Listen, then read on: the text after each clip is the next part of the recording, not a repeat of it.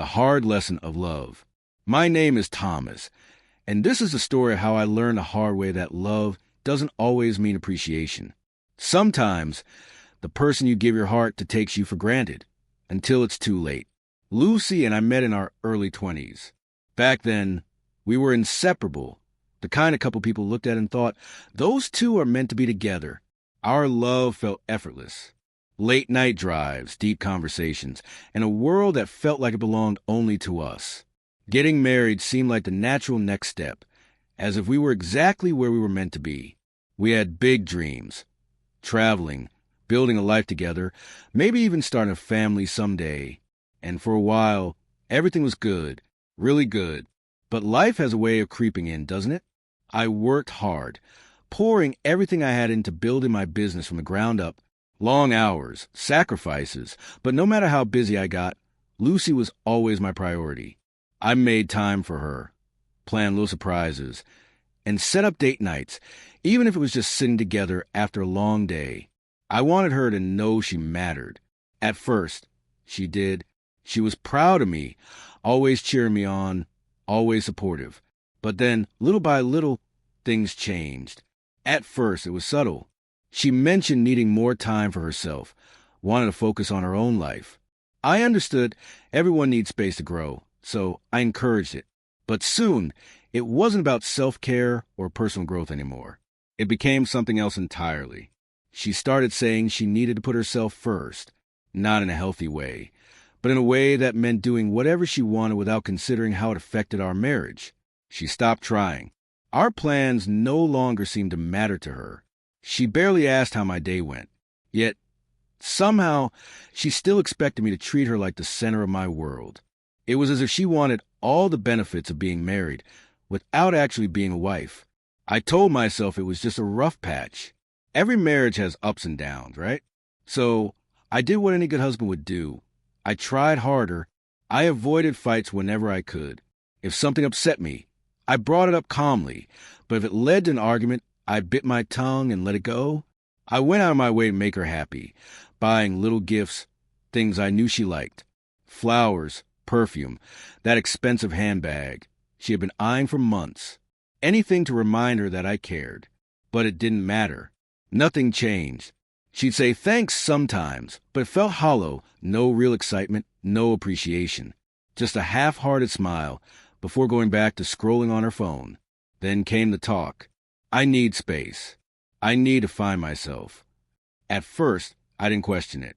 I figured she was going through something, trying to figure things out. So I gave her room. I stopped pulling her close, let her go out as much as she wanted. But the more space she got, the worse things became. It was like she had rewritten our story in her head, casting herself as the main character and me as nothing more than a background prop. Someone who was just there, someone to do things for her, but not someone to actually love.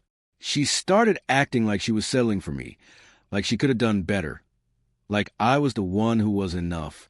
And I won't lie, that messed me up. When you love someone who treats you like an afterthought, you start doubting yourself. You start wondering if maybe they're right. Maybe you really aren't good enough. Maybe you're the problem that I spent countless nights lying awake, staring at the ceiling, trying to figure out what had changed. What did I do wrong? When did I stop being enough for her? But deep down, I already knew the truth. No matter how much I loved her, I couldn't fix what she didn't want to fix. And I wasn't sure how much longer I could pretend everything was fine. Then came the night that changed everything. I had been waiting for hours, watching the clock, listening to the distant hum of cars outside. It wasn't the first time Lucy had come home late. But something about this night felt different. When I finally heard the door creak open, I let out a slow breath, steadying myself. I didn't want to fight, but deep down, I knew things were about to take a turn I couldn't ignore. I was too exhausted for another argument. She walked in, unsteady on her feet, and even before I turned to look at her, the sharp scent of alcohol hit me. She barely acknowledged my presence. Without a word, she tossed her bag onto the couch, kicked off her shoes, and acted like everything was fine. I swallowed my frustration, keeping my voice calm as I finally asked, "Lucy, do you even realize what you're doing?" This wasn't just about her coming home late. It was something deeper. She was pushing me away, and I wasn't even sure she cared. I had been patient. I had tried. But she wasn't acting like a wife anymore. She rolled her eyes like I had just said the dumbest thing she'd ever heard. Then, with a lazy smirk, she let out a laugh. "Oh, please," she scoffed. "You actually think I need you? You think you're that special?" She tilted her head, amusement flashing in her eyes. "Plenty of men would line up to be with me. If you leave, I'll replace you by tomorrow." I felt my chest tighten, but I refused to let it show. And she wasn't finished. Straightening up, she crossed her arms, her voice dripping with defiance. "I'm done living by your rules. I'm done living by anyone's rules. This is my life, Thomas. And no one, not you, not society, gets to tell me how to live it." Then she smirked, almost proud of herself. "I'm in my baby girl era now. Either deal with it or don't." And that was it. That was the moment I knew I had lost her. Or maybe, just maybe, she had lost me. I didn't argue. I didn't yell. I didn't try to convince her to see reason. What was the point? She had already decided who she wanted to be, and that wasn't the person I had married. So I made my choice. I let her have the life she wanted. Without me, the next morning, I looked up the best divorce lawyer in town and made the call. I wasn't interested in dragging things out. I didn't want revenge. I didn't want to make her life difficult. I just wanted a clean break. We had no kids. I wasn't about to fight over furniture or joint accounts. The process moved quickly. I didn't care about what was fair or unfair. I just wanted out. I didn't even show up for the final meeting. My lawyer handled everything.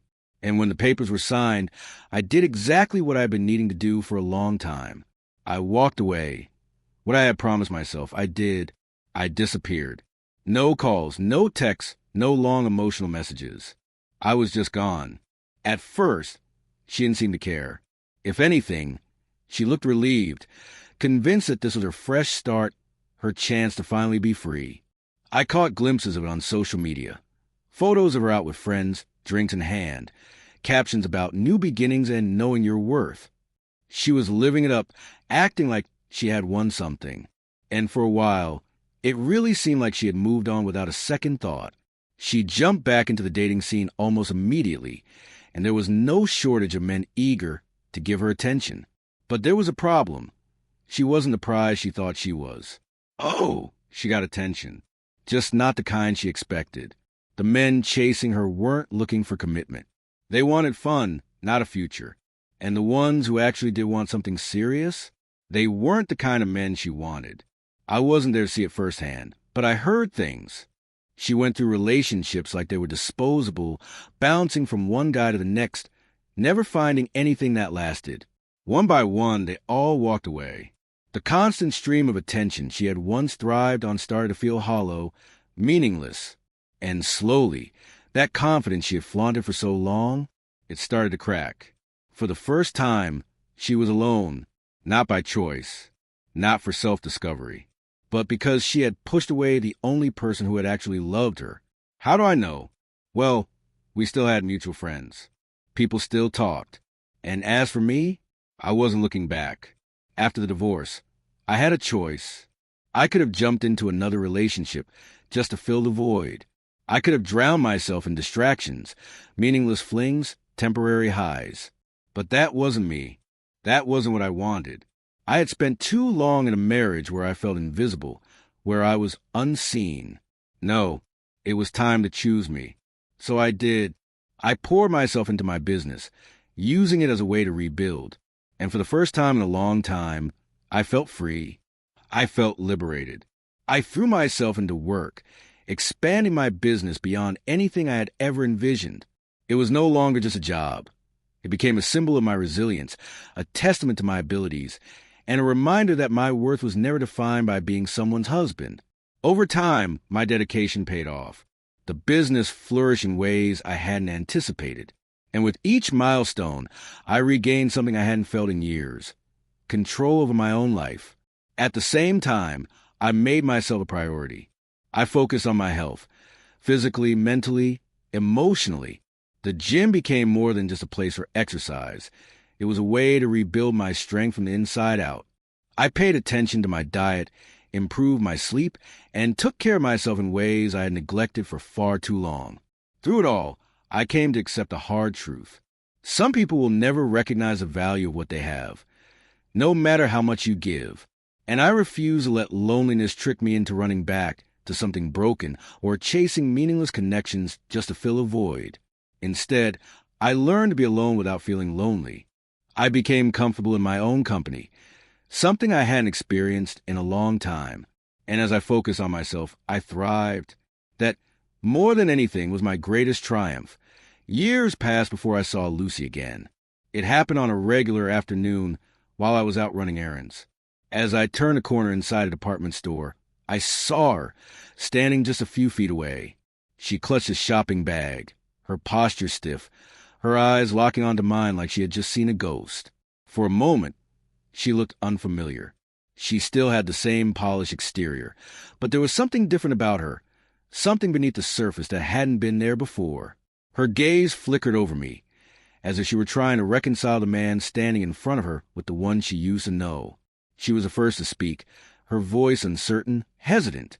A nervous laugh escaped as she smoothed down her hair, trying to sound casual. But her eyes lingered a little longer, scanning my face. Searching for a reaction, I met her gaze with a polite nod and responded in a calm, measured tone, not cold but detached. Just enough to acknowledge the moment without giving it any weight. She tried to keep the conversation going, asking about life, about how things had been.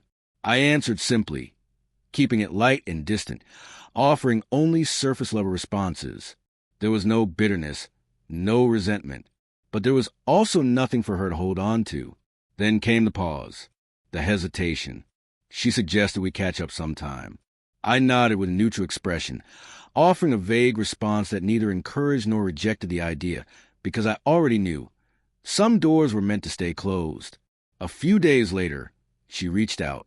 It started with a simple message, casual and effortless, as if she were testing the waters.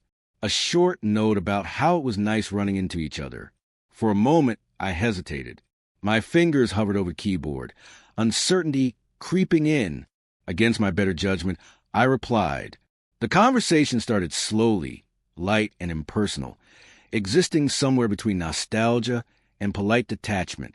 Over the next few weeks, her messages would come at random. She'd mention things that reminded her of me, small moments from the past resurfacing in brief texts. And despite everything, I couldn't ignore the truth. The feelings hadn't simply disappeared. Love doesn't fade overnight. But love alone was never enough. The trust had been shattered long ago, and time couldn't fix that. Eventually, she brought up the idea of meeting. Just dinner. Just a talk.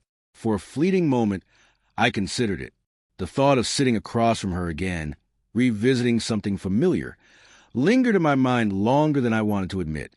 But then I stopped and asked myself the one question I had been avoiding all along.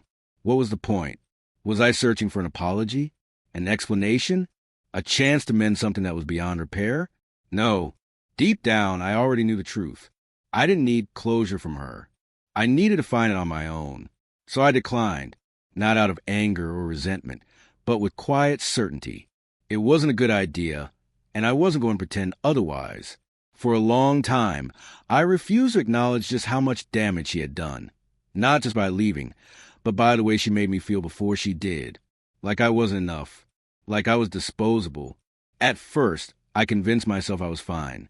I buried myself in work, pushed myself hard in the gym, surrounded myself with friends. But no matter how busy I kept, there was a weight inside me that wouldn't go away. And I knew if I didn't deal with it, it would seep into every part of my life. So I did something I never thought I'd do. I went to therapy. In the beginning, it felt strange, sitting there, unraveling everything I had spent years pushing down, saying out loud the things I convinced myself didn't matter. But session after session, I began to see things more clearly. Loving her hadn't made me weak. Fighting for my marriage hadn't made me a fool. I was simply a man who gave his heart to the wrong person. And that wasn't failure. It was a lesson. Healing didn't happen all at once. It wasn't about waking up one morning and suddenly feeling free. It was in the small moments, the quiet victories, the way I finally stopped checking my phone for her name, the way my mind no longer wandered back to the what-ifs, the way I started feeling like myself again. So I burned every bridge that still connected me to her. No more texts, no more casual check-ins, no more leaving space for a past that no longer belonged to my future. Before deleting her number for good, I sent one final message, not out of bitterness, not out of spite, just honesty. I wished her well. Looking back, I used to believe that the only way to move on from someone who hurt you was to prove them wrong, to show them what they had lost, to make them regret it. But in the end, I realized something else. Revenge is a waste of energy. Sometimes, the best revenge is no revenge at all. It's simply moving forward, becoming the best version of yourself, and letting them watch from a distance, if they even bother to look. And that's exactly what I did.